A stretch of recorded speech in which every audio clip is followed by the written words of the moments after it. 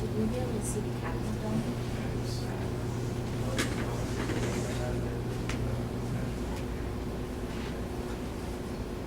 Oh, yeah. Oh. Okay, so does everybody kind of have a view similar to this? Okay, so if you go to the import tab, whatever, or actually let's go to the options tab.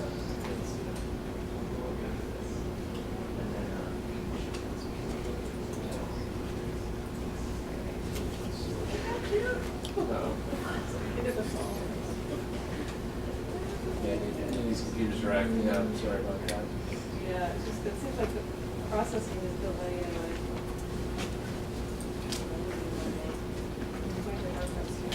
like. Back here. You can always hit Shift 1, and then orbit straight up and down, and then zoom in.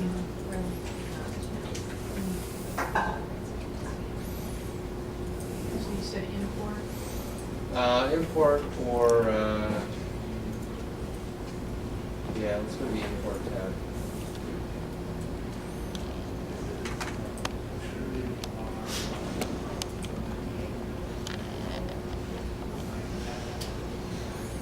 Let's go to the import. Okay, and then up top where you have all the different layers, you should have 15 layers up there. Go ahead and turn them all off. So we're just going to slowly go over each layer, turn every single one of them off.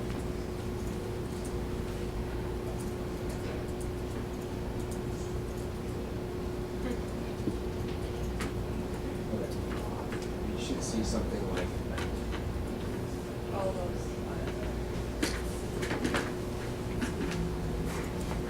So import, and then just kind of hover up here. Go over the tube, and then kind of slide down there, and just turn the eyeball off. Every one of those. Every single one. Every single one. You're supposed to get enough shots of us working hard here. Scramble it.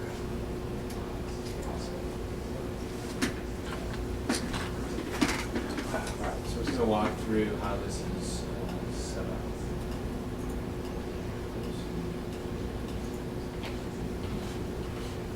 Okay, so we're still in the import tab. If you go up top here, if you hover over one, just click on the one portion of it, not the eyeball portion of it. So that means,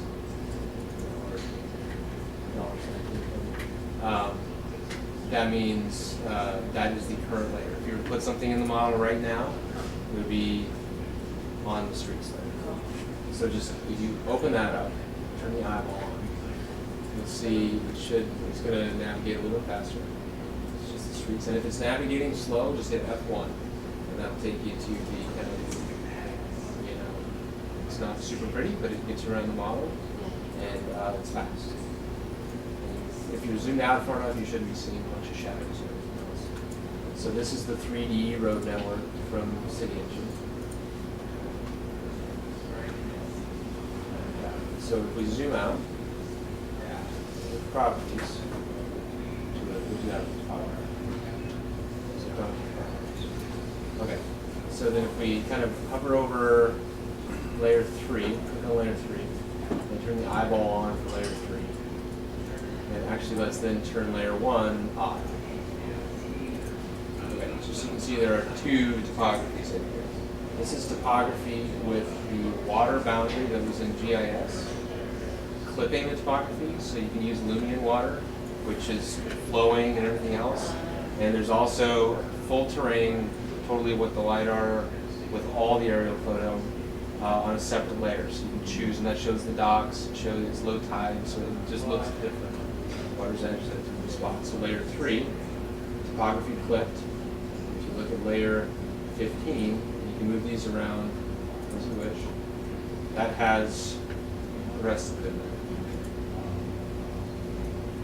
So right now they're both on. Because they're identical, you can't see any flickering or anything like that. If they weren't identical, you'd see a bunch of weird stuff because there's two copies of that surface in the model. And it's just, you can kind of make a decision if you want to keep those in or not. And you can surely delete one if you want to, but as of now, they're in that model. So let's turn layer 3 off. Keep layer 15 on. Okay, so if you go to your edit properties, and if you hover over the middle here, hold down control, and drag a box, you should see all the terrain tiles there? So we're dragging like that. And then on the right hand side, you can see that, so this is the origin of the Lumion model. There's 0, 100, 0. And the 100 is just to get it up off the Lumion ground so that it's not sinking below the surface. So 0, 100, 0. So anything you put in that comes out of that city edge model has been scaled. It has to be scaled. And we've got it all documented. So you can see exactly the process of these things. 0, 100, 0. And these are locked. So they're not going anywhere.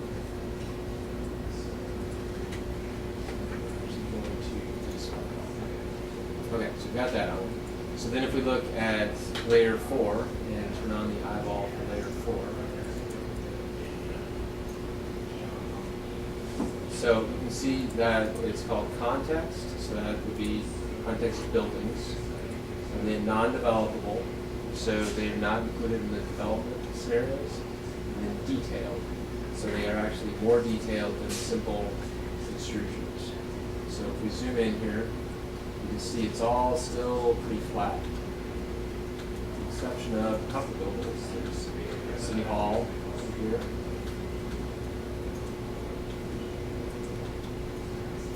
There's City Hall. There's, it's the Capitol here, a couple other buildings. Yeah. So, right?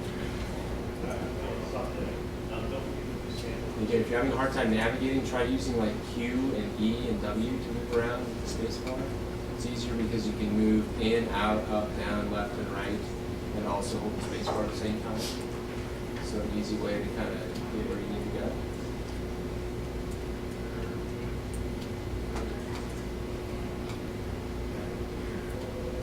Fly this way, a little bit straight.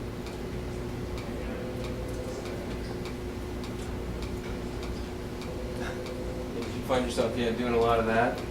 Space bar and then use A and D to go like left and right with the while holding the space bar. It's just it takes a bit of time to like get into the groove of how to move around and then it feels pretty good. Yeah. Okay, so layer 5. If we turn that on, you should see a bunch of trees pop up. And they also should look a little funky.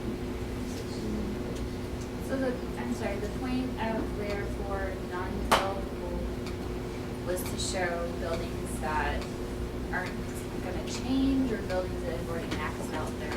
It's buildings that, at least in this tool, we said they're not changing and they're built with more detail. So there's buildings around the Capitol that we actually modeled with Revit that have more detail. The Children's Museum has more detail. The Lot building has more detail.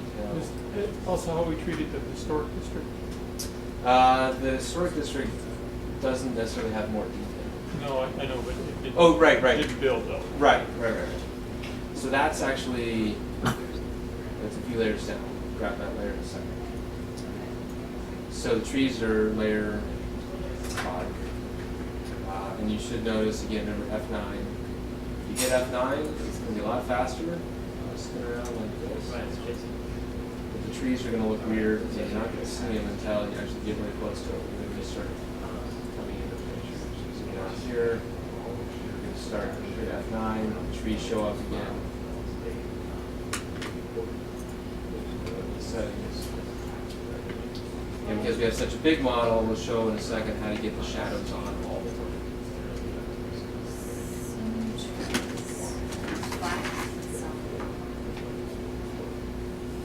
So those, if you hit F9,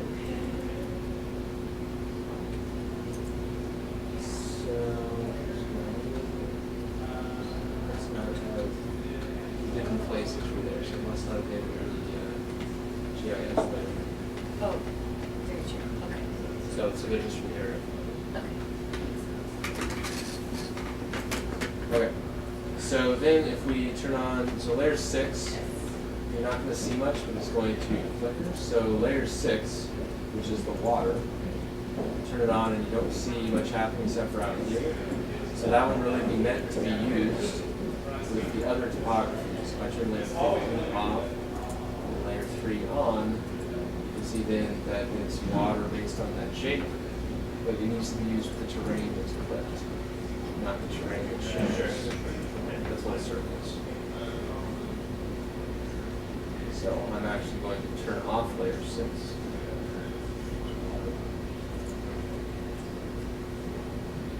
Back on layer 3. And turn off layer 3.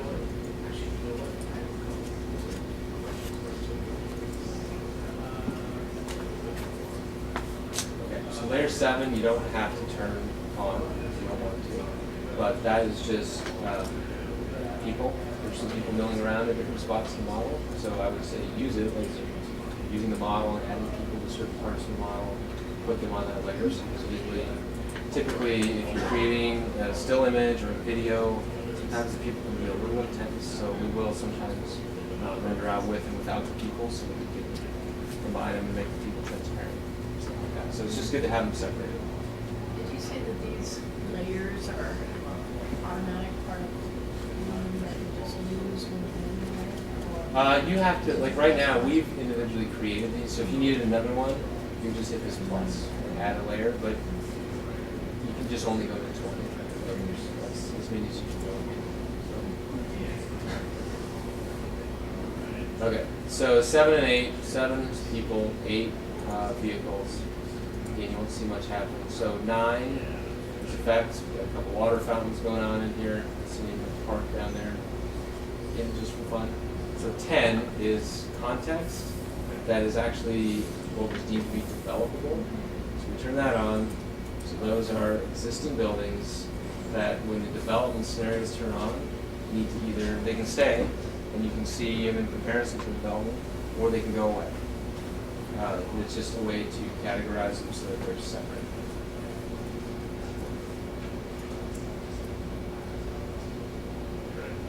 So we have development stays.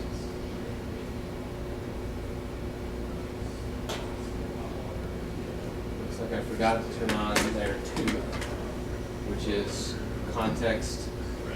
Basically the buildings everywhere in the model that are not to be developed, that are generic. So layer 2 is going to turn all the buildings on in the rest of the model. You see 10 is just areas that are to be developed. And Josh, do you want to talk about the rules that, so this was coming out of CityEngine. We exported each of these based on rules. So it wasn't like a manual selection of what goes and what doesn't.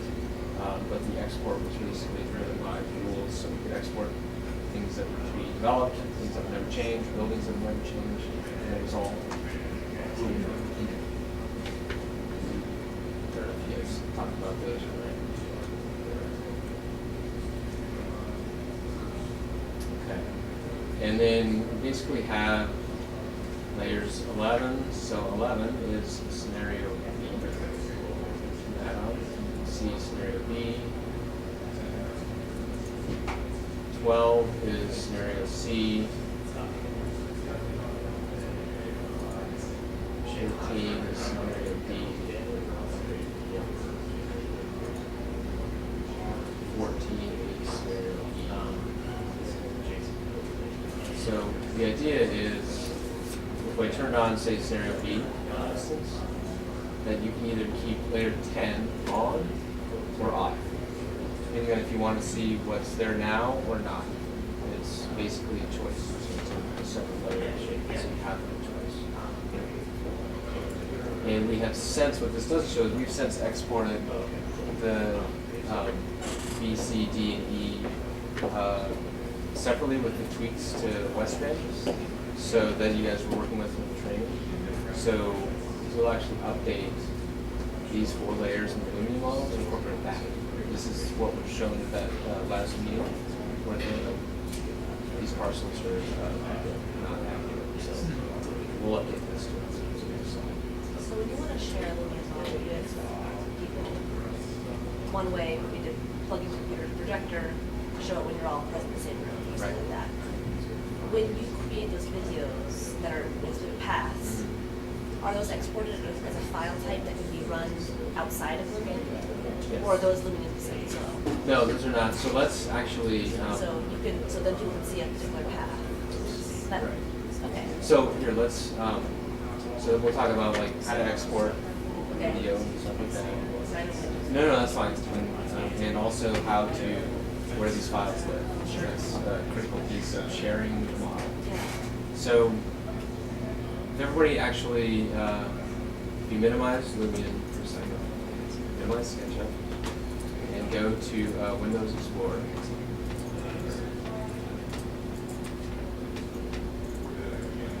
Okay, so if you go to, so Lumion is not built for working on a network with other people.